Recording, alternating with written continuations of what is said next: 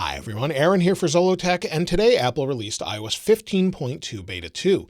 This is available to developers, and hopefully soon, by the time you're watching this video, it's out to public beta testers, although last week it came out the following day. But either way, I would expect it soon. Now this came in at 850.3 megabytes, that's on my iPhone 13 Pro Max, and it was between 700 and 900 megabytes on all the devices you see here: the iPhone 12 Pro Max, iPhone 11, and iPhone 6s Plus. Along with this, Apple also released iPadOS 15.2 Beta 2 that I have on my 12.9-inch iPad Pro from 2021. They also released watchOS 8.3 Beta 2, as well as tvOS 15.2 Beta 2 and macOS Monterey 12.1 Beta 2. All of those are available to developers now and soon to public beta testers. Now, as far as anything new, well, let's go ahead and take a look at the build number first, and then we'll talk about what's new. So we'll go to Settings, then we'll go to General, then About. You can see the build number is 19C5036E. And so we're getting closer to a final build, but usually when we're really close, that will end in an A with the build number. So it will probably be a couple versions out as far as the final version, and we'll talk about when to expect that a little bit later. Now, as far as the first thing that's new, well, there is a modem update in this particular update for the 13 Pro Max and some other devices, and that's a good thing because I had all sorts of switching issues between LTE, Wi-Fi, and 5G with this update. Oftentimes I found that I'd have an issue, I'd have to turn on AirDrop, turn it off, and now with Beta 2 they've updated that modem update, so hopefully that fixes those issues, but we'll have to wait and see. As far as any new features, well, there are some new features in this update, and the first one is a feature they promised some time ago. In fact, a couple of them are, and that is Hide My Email. Now, we already have Hide My Email that's turned on if you go into your settings, and then you go under your name and you can turn that on. However, we can now, if we have iCloud Plus, activate Hide My Email from within a new email. So if we go into email, maybe we create a new email and we press on our from address here, you can see that at the bottom it says Hide My Email. Create a random address that forwards to your inbox. If we tap on that, it just goes and says Hide My Email, and then it will automatically fill out everything else for you.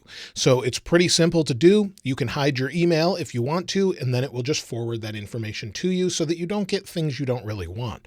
So that's something they've added. They've just made it a little bit easier to activate that feature.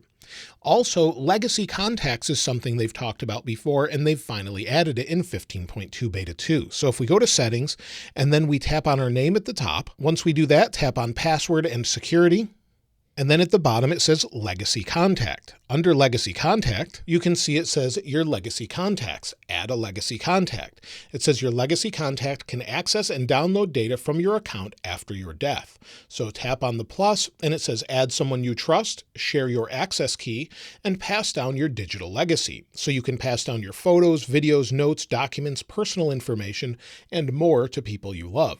So this is giving them access to your device after something might happen to you, where before it was much more difficult to get that information after you may have passed away. So I've personally run into that where someone was trying to unlock a phone and get photos and things off those phones. So it can be a bit of a pain, and this makes it much, much better. And it's something they had promised with the initial release of iOS 15, and they're adding it with 15.2. So that's in this particular beta. Something else they've added that they've talked about for quite some time is child communication safety. And this is a feature that has been a little bit controversial, and this is not CSAM protection. So that is not enabled in this update where they scan your photos. However, the child communication feature is enabled in Beta 2. The code was there in Beta 1, but what this means is, compared to the version that was announced in August, Apple did make some changes in response. So they initially said that parents of children under the age of 13 could be notified if the child viewed an image that was explicit. So if they viewed that, it would notify a parent. However, after taking some feedback back, Apple has said that they've heard this, and now it will tell the child if there's something that might be explicit here, and then they can message someone they trust. Instead of maybe a parent that they feel threatened by or someone else they might feel threatened by, they can now notify someone they trust that there could be an explicit image here, and then they could forward that on to someone else. So it's children age 13 and younger, or children in general, and you can see the different steps it will do here. It says helping with communication safety, and it will just warn them that the photo could be sensitive, and it says, are you sure you want to view? It's your choice, but make sure you feel safe, and then gives you that information. This is something that I think is great, and while many people may be concerned about it, this is done all on device where it recognizes things in the photos using the neural engine.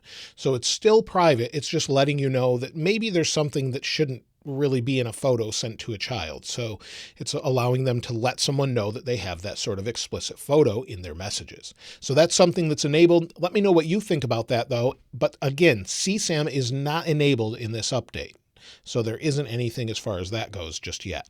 Now in iPhone 13 Pro and iPhone 13 Pro Max, we have the ability to use the ultra-wide camera for macro. If we go into settings, there's a new update here. So we go into settings, go down until we get to camera. Under camera, if we scroll all the way down, we had auto macro before. However, if we turn this off, then scroll up, under preserve settings, we now have auto macro. Auto macro is here and it sort of disappears if you turn that other option on. But what this allows us to do is now go into our camera app and we'll have the option for macro. As we get close, a little flower appears and we can turn off macro or turn it back on so we can get really close. It locks that macro option. So you'll see that little flower here appear right by my thumb. As I bring it away, or maybe I'll bring the phone up, you can see that it shows up. So it's a new feature that we can lock that macro camera, making it a little bit more useful, which is always nice to see. Again, if we go back into settings, and this time if we go into podcasts, Apple has updated podcasts quite a bit. So compared with the previous version of Beta 1, if we go into podcasts here, so we'll go back, go into podcasts. Under podcasts, you'll see there's a difference. So the options have changed already. Preferred language and then library, and then downloads is now toward the top. And we have more options. So download when saving, cellular auto downloads, remove played downloads. So we had some of these options before. We also have new options for continuous playback and where the skip buttons are and more, and also reset identifier at the bottom has been changed. So they keep changing around some of these different options, and there's just new options in general within podcasts. But if you really want to customize it and change how it's downloading, whether it's cellular or how large it is when downloading, you can change this around also, just like you could before, but with additional settings now. Within Find My, there's some new options. So if we go into Find My, if you tap on items, you'll see at the bottom, there's two new options. One says help return lost items. Another says items that can track me. If we tap on items that can track me, it says when you think a nearby item is used to track your location, you can discover it. Tap on search and it will look for nearby AirTags that might be around you that don't belong to you. And then it will notify you and let you know, or let you know that there's no unknown items found. So we'll give it just a moment to complete and see what it shows. It took about a minute and now it says no unknown items found, and then we can search again. So you can do this over and over if you think maybe there's an AirTag that someone's placed on you and they're trying to track you. Again, at the same place, if we tap on help return lost items, there's a new option also. And you'll see it says help return lost items. When you find a lost item, you can check if the owner left a message to help return it. Check if the item works with Find My, either because it's an AirTag, AirPods, or because it has an icon on it, the little arrow icon.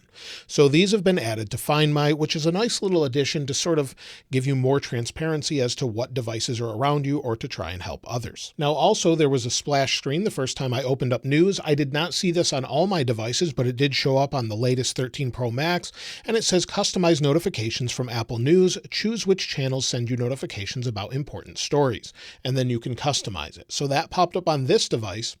And then also there's a bunch of code that's referenced, thanks to my friend Steve Mosier for pointing this out, but a bunch of code referencing the ability to add our ID, such as our state license, to Apple Wallets as sort of an official ID.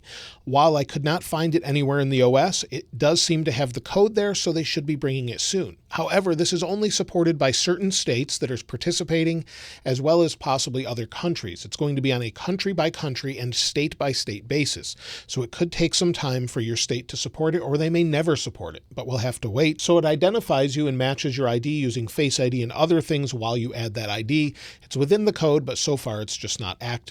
There's also lots of code referencing Apple Music voice plans. However, I don't have that plan. I have sort of the unlimited plan, so it's not showing up for me, but you can subscribe to voice. However, there's no new emoji yet. Those new emoji will probably be coming later on. And there's also no universal control that I could find for the iPad. On iPad, there's one new feature that's on the iPad, and that's under TV. Under TV, you'll see here that it has a new side menu bar along with a dedicated store area. So that's been added. And there's still no mention of universal control on the iPad, at least in the notes. I wasn't able to find it in settings either. Now, even with the release of macOS Monterey 12.1 Beta 2, there's still no notes for that yet, and I've not been able to install that yet to see if it's fully active. But what universal control allows for is the use of a single trackpad or mouse to use between your iPad and maybe a Mac or two Macs seamlessly. Simply move your finger from one side to the other of the trackpad, and it will just jump between devices and allow you to sort of move files and more. So it should be really nice to use once it's enabled, but Apple has said that it's coming a little bit later. But as far as the iPad, it gains the other features I already mentioned, but nothing really else other than that.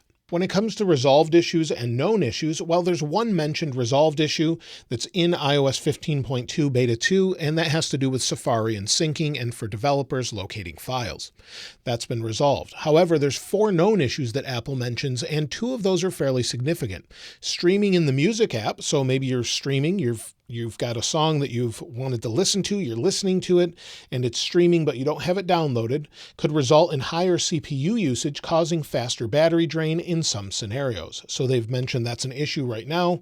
And also users who import a verifiable vaccination record aren't able to add it into the Wallet app, and the Health app may freeze. This is still a known bug. There was no resolution for it, so it could be a problem in this beta for some people. There's no mention of the storage bug, so whether or not you're having issues with storage, I'm not seeing that on this update that I can see so far. But if I go into my iPhone storage, you'll see I'm using 107.7 gigabytes. And if I let this load, it will take just a moment here. You'll see Photos is using 40 gigabytes, but if I go all the way down, you'll see it's using 9.23 gigabytes for iOS, and system data will fill in momentarily, but I'm not using any excessive storage based on what I've had week over week. Also, my phone is not showing any different storage than what it actually has. This is a 256 gigabyte storage iPhone. Some were seeing more than that, even though that's what they had. Now, as far as overall battery life, well, if we go into battery life, I've been using Beta 1 for a little while, and it seemed to be okay. My battery health is at 100% on this newer phone. That makes sense. And if we go and look at maybe 2 days ago, you'll see battery has varied greatly. I had 1 hour and 49 minutes of screen on time, 5 hours and 9 minutes of screen off time. So it will vary from day to day. Some days were better than others, and I used about 50% of the battery. So this day I had 2 hours and 49 minutes of screen on time, 7 hours and 35 minutes of screen off time using YouTube audio or music in the background, and so it used a lot of power. However, I was not using YouTube audio, so it's kind of odd that that shows up. So there's still some bugs in this for sure. I've heard from quite a few people that said with the first beta, there were some odd battery drain issues where it was using things they didn't have even active in the background. So hopefully that gets resolved in this beta, but it will take a few days to know for sure. As far as performance overall, performance has been pretty good. So if we look at the iPhone 6s Plus, I generally tend to use this to gauge speed overall. So scrolling is fairly normal on this phone. It's not going to be super fast like the newer phones. And if we go into things like Minecraft, you'll see I had that loaded. We'll give it a moment just to load here again and see what it does. So it'll take just a moment here. It's loading. And there we go, resume, and we're in. So it didn't take any excessive amount of time to load. You'll see it's drawing things in the background, and the frame rate seems to be pretty solid. So games are playable, although there was a couple little hiccups there. But in general, it's going to be about what you would expect when you normally play. So it seems to be plenty fast and no issues there. I ran benchmarks on these as well, and on the 13 Pro Max, it scored 1,718 for single core, 4,705 for multi-core. If we take a look at the history, you'll see, well, based on the day over day, you can see that we're a little bit lower on both single and multi-core, although I just ran this. Last time I did end up running it a couple times, and it does seem to be performing okay. So far, it's been nice and fast, and I did notice that when I was looking around for different things, the different applications seem to load very fast this time around. So despite what the numbers may say, it does seem to be fairly fast. But let's quickly take a look at all of these devices. So from left to right, I have the iPad Pro 12.9 from 2021, followed by the iPhone 6s Plus, then the iPhone 11, and the iPhone 13 Pro Max. And this was the first time running it on any of these devices, so these could be a little bit low and might speed up a little bit afterward. Now, as far as overall heat of the devices, I did notice a difference between them. And in fact, the entire time I've been recording this video, the back of my 13 Pro Max has been a little bit warm right around the processor. That's unusual, which means it's processing a lot of information in the background. Usually when I record these videos, they cool down pretty quickly. So there's definitely something going on, and it may take a few days for the battery to be much better. That leads me to, should you install iOS 15.2 Beta 2 on your device? Well, if you've already got Beta 1 installed, well then definitely go ahead and update. Make sure you're submitting feedback if you're having issues, and sometimes they'll get back to you and ask for additional feedback. So it's great that they're actually working on this regularly, and they prioritize those based on what the major issues are and then what the minor issues are. As far as if you're not on this update, well, you probably want to stay on iOS 15.1 for now if you have anything critical, as sometimes apps don't work properly. I did have some lockups and freezing with previous updates with Beta 1, so maybe hold off for a few days and see if it's a little bit better, and then if it's sort of acting fine in a few days and I do my follow-up, I'll let you know if it's much better and more stable, or if you should hold off a little bit later. But either way, I typically do a follow-up on the weekend to let you know how it's going overall. Now, as far as iOS 15.1.1, quite a few people have asked me about that, and last week Apple released tvOS 15.1.1 and HomePodOS 15.1.1. We really expected them to release iOS 15.1.1, but they didn't do that. So it's possible we could have that any time between now and the time this is finally released to the public with iOS 15.2. I would expect 15.2 Beta 3 within a week or two at this point, generally within a week, but you just never know with Apple's schedule, and they do take time off in the middle of December. So we'll either see a final release before that or after that in January.